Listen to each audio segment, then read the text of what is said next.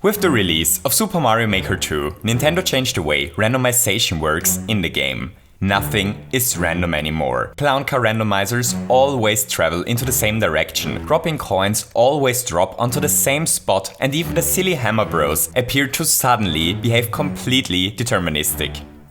Or so it seems. But hidden in the middle of the newly discovered desert, a very interesting tower was found. The very varying tower. A tower that changes its layout every time it gets played. Apparently, there is still a way to randomize in the game. Looks like we should take a closer look at this. So today, we're first going to take a look at this randomizing tower, and afterwards we're going to discuss how randomization in Mario Maker 2 works. So you ready? Let's do this!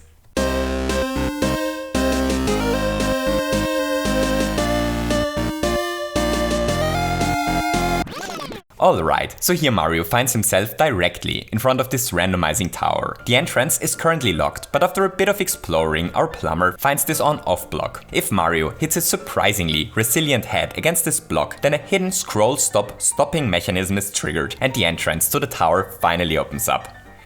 I wonder why this stage starts so awkwardly. Anyway, so now Mario finds himself in the first room of the tower. There is nothing going on here, it's just a room that leads our tower exploring hero into a subworld. But then the action finally starts. This room features a neat little device at the top. If Mario jumps towards this question block, then the coin drops down and grants him a helpful power-up. In the next room, our empowered plumber has to simply platform upwards to the exit pipe. But what is this? Those brick blocks are no ordinary brick blocks, but they are evil piranha plant dropping traps. Luckily, Mario managed to dodge them.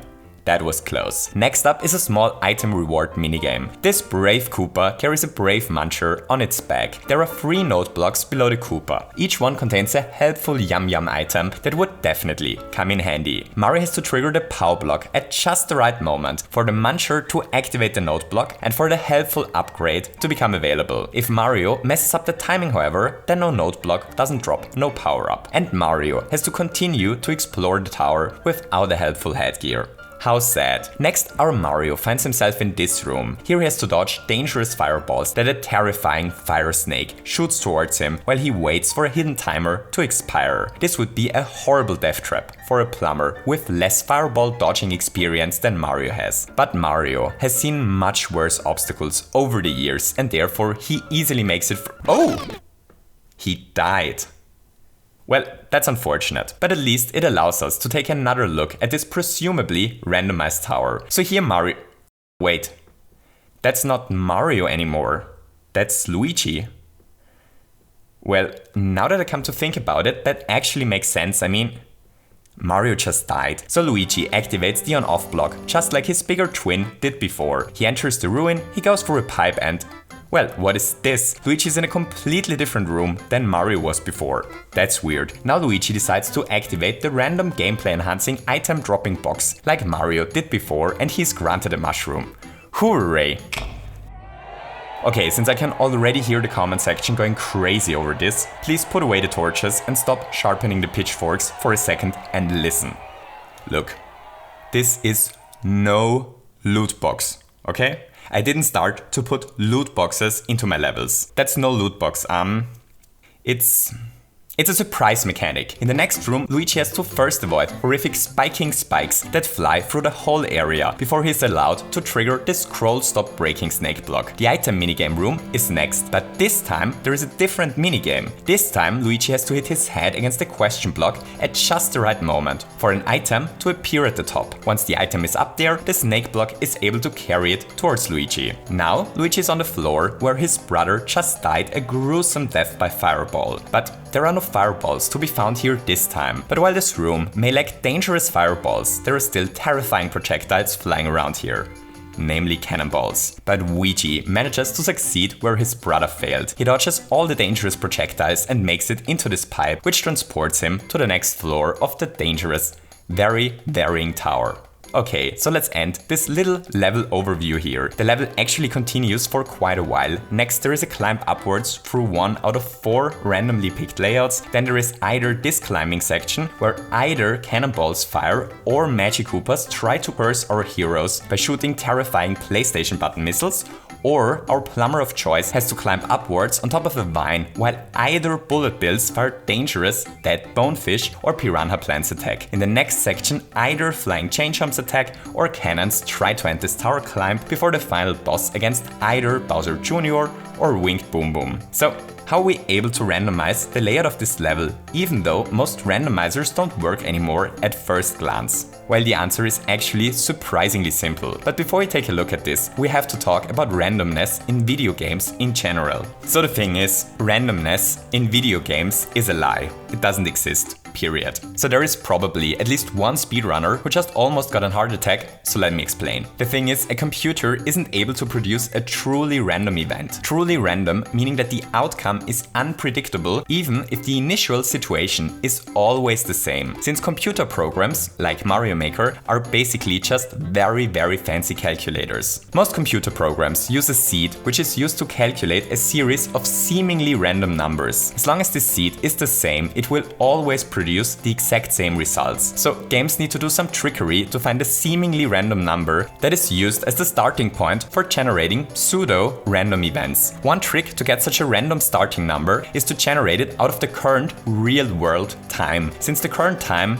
well, tends to always be different. Another trick that old games often used was just to do some calculation with the inputs the player made to calculate a number that is the starting point for the random number generation, or RNG in short. In a game that works this way, all random events play out exactly the same, as long as the player inputs always the exact same inputs, which is obviously highly unlikely to happen and therefore gives an illusion of randomness. So what does all of this have to do with Mario Maker? Well, the thing is, Nintendo changed the way the random seed is generated from Mario Maker 1 to Mario Maker 2. The important thing here is that in Mario Maker 1, the RNG is completely independent from the level we play. If we start a level several times in the same spot in the editor, then we always get a different result. In Mario Maker 2, this is no longer the case. The seed is now always the same when starting the level. In short, we can load those randomizers thousands of times, but they will always produce the exact same outcome. So, if we build a small area that leads up to the randomizers and have Mario travel towards it, then the randomizers will always yield the same results.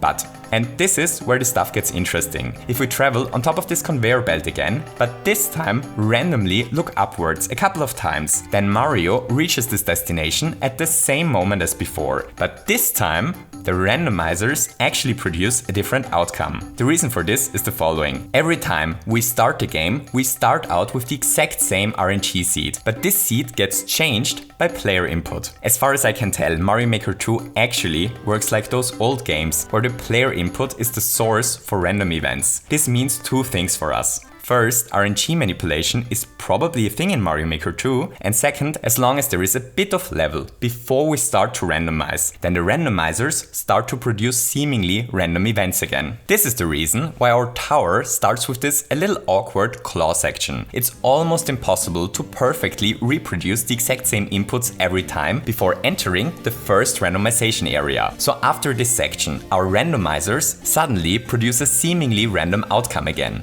Hooray! So in short, if we want to use randomizers in a Mario Maker 2 level, then we have to make sure that there is a short area before the randomizers that is unlikely to be beaten by using the exact same inputs twice. Claws are a pretty good item to ensure this. And there is a second thing to keep in mind. Changing the subworld resets the RNG seed. If we send our plumber or walking mushroom or whatever through a pipe, then a randomizer directly after the pipe will once again always produce the exact same outcome. So we need a short section before the randomization, so that the player input starts to alter the RNG seed again. Funnily enough, this is only the case when traveling through pipes. If we enter a door, the RNG seed is not reset and randomization works flawlessly. Alright, so this is how the RNG seeds work in Mario Maker 2. But how do we actually build a randomizer in Mario Maker? Well, there are two main randomizers that worked in Mario Maker 1 that carried over: the Clown Car randomizer and the Bob Omb randomizer. The Clown Car one first. So if a clown car touches ouching spikes, then it not only looks at us in agony, but it also travels randomly either to the right or to the left. Using this random output is surprisingly simple, since we can put most things into clown cars. If we want the randomizer, for example, to trigger 1 out of 2 shells, then all we have to build is a setup like this one. The main randomizer that we used in our tower stage is a clown car randomizer that has a 50% chance to trigger an on-off block. This is what such a randomizer looks like. Basically, if the clown car travels to the right, then nothing happens. But if it travels to the left, then it crushes the poor bob-omb, which in consequence triggers our 2-state block. We can use the signal whether red or blue on-off blocks are currently active to have different enemies appear in the level. All we have to do is to put one set of enemies on top of red blocks while the other set lives on top of blue blocks. Depending on the current random state of the on-off switch, either the one set of enemies is allowed to spawn while the other one is spawn blocked, or it is the other way around.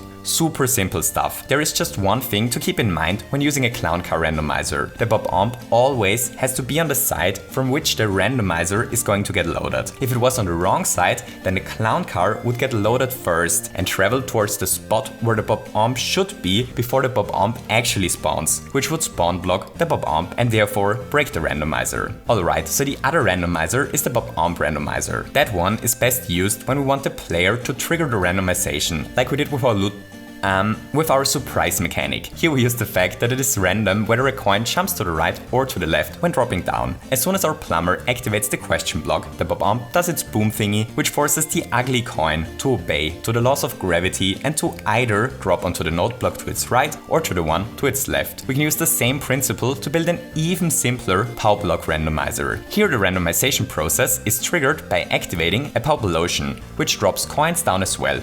Hooray! Alright, so those are the basics for Super Mario Maker 2 randomization. I hope you enjoyed this little video. If you did, don't forget to leave me a thumbs up and maybe feel especially RNG seeded today and want to hit the subscribe button as well. I hope that all of you have a wonderful day and to see you soon. Goodbye!